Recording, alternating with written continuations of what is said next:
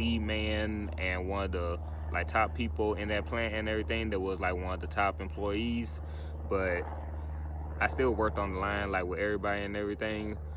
At the time of COVID, they started laying people off. They started making us work 7 days on, then taking 7 days off, and they was talking about replacing the line with robots and everything. I had to bust a move. I had to really bust a move. I had 12 years of forklift, warehouse, and all that experience. So I had started looking at different cities. Now, I had went to Dallas, Texas for a couple years. I had already been to Dallas a couple times because I had, well, this person's not a family member, but they had been in my life for a majority of it. So I called them a quote-unquote family member. So through them, I had went ahead and moved out to Dallas, Texas, and ended up getting a job out there. When I had moved out there, things, were going like kind of straight and everything for a while. Like work was, pretty decent and everything. Eventually, I came across the dance community in Dallas, Texas. And I started like battling out there, like polishing skills more and everything, and just getting more into Memphis juking. But at the time of living in Dallas, Texas, I was sitting at work and I was just watching a video. I was just scrolling on Instagram. Person Tarek Moore, who's the founder of UDIG, that's the very first Memphis Juking School ever founded and established in Memphis, Tennessee. He was promoting what he calls a Juk Book teacher course.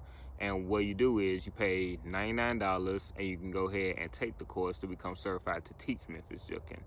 Once I had saw that, I decided I'm gonna go ahead and invest in that, and then I went ahead and sent him the money, and I had took the 3-month course that had got me certified to teach Memphis Juking. And my skills had improved like a lot during that time. So after the course, I had got my certification and I was officially ranked as a Juk Book student slash teacher.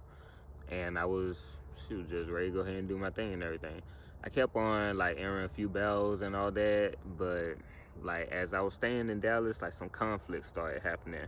One at work, because the thing about me is when I'm on a job environment, I stay to myself. Like I don't go to work to make friends. I don't go to work to flirt. I don't go to work to have flings like a bunch of people is doing nowadays. Like I'm about the job, and that's how I've always been. I always been that person, like maybe show up early for work or maybe look for overtime or like something like that, but I would never engage. I would never hang out with nobody. I would never like do none of that. I'll be friendly a little bit in the beginning, but as I started seeing how people like truly are and everything, I'll be like, nah, I don't want to deal with this.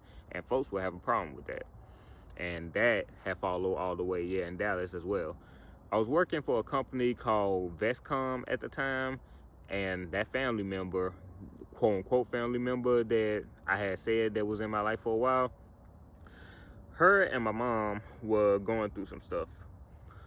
And like it had pissed me off what was going through and everything. What I ended up doing was I ended up just going off on the job and everything. And I ended up losing that job because of that. But I don't care, because what was being done was messing over my mom. So that went ahead and made me like stop wanting to work at all when it come to Dallas.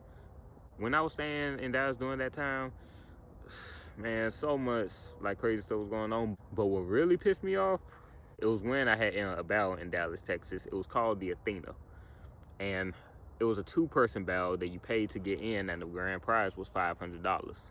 Me and a friend at the time, I'm not friends with this person anymore, but a friend at the time, me and him, we had entered there, and we had to battle 2 girls. It was 2 girls versus 2 of us. We went ahead and like it was a dope battle. Like we had fun and everything, and like real talk, I'm gonna keep it 100. We won, but they had 3 judges, and they was ranking from a scale of 1 to 5. One of the judges, he gave us a 4.5, and the other 2 judges, they didn't want to let us move on at all. And when I asked, like, okay, so what's the reason?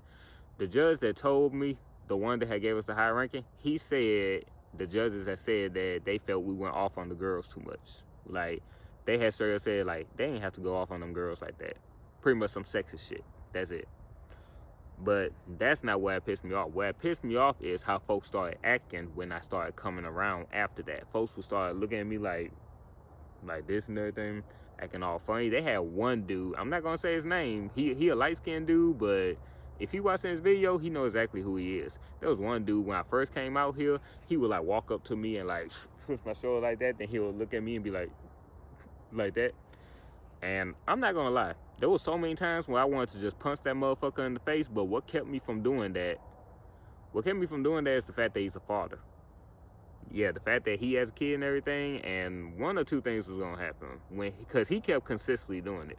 One or two things was gonna happen. I was either gonna beat his ass up and go to jail, or he was gonna die. Or we both. Oh, okay, three things. Or we both was gonna die. But either way, nah. So once I started like getting all that field of energy and everything, I was like, you know what? If I gotta deal with stuff like this, no matter where I go, I might as well go someplace where it'll be at least somewhat worth dealing with. If I gotta deal with this every single way I go and motherfuckers is just gonna be on some bullshit, I might as well just go where it's worth dealing with that and go ahead and make something of myself. At least like learn some stuff or whatever. So I ended up getting another job. It was at the distribution center in Dallas, Texas for Ultra Beauty. I ended up working 6 to 7 days in a row for like about 4-5 months just to go ahead and stack up to go ahead and move out to LA. Once the year was over with, at the start of February of 2023, I had went ahead, left my apartment, and I had went ahead and booked me a flight to Los Angeles. Something just told me to go out there. Now, when I had went out there, I had got me an apartment for like a couple months and everything.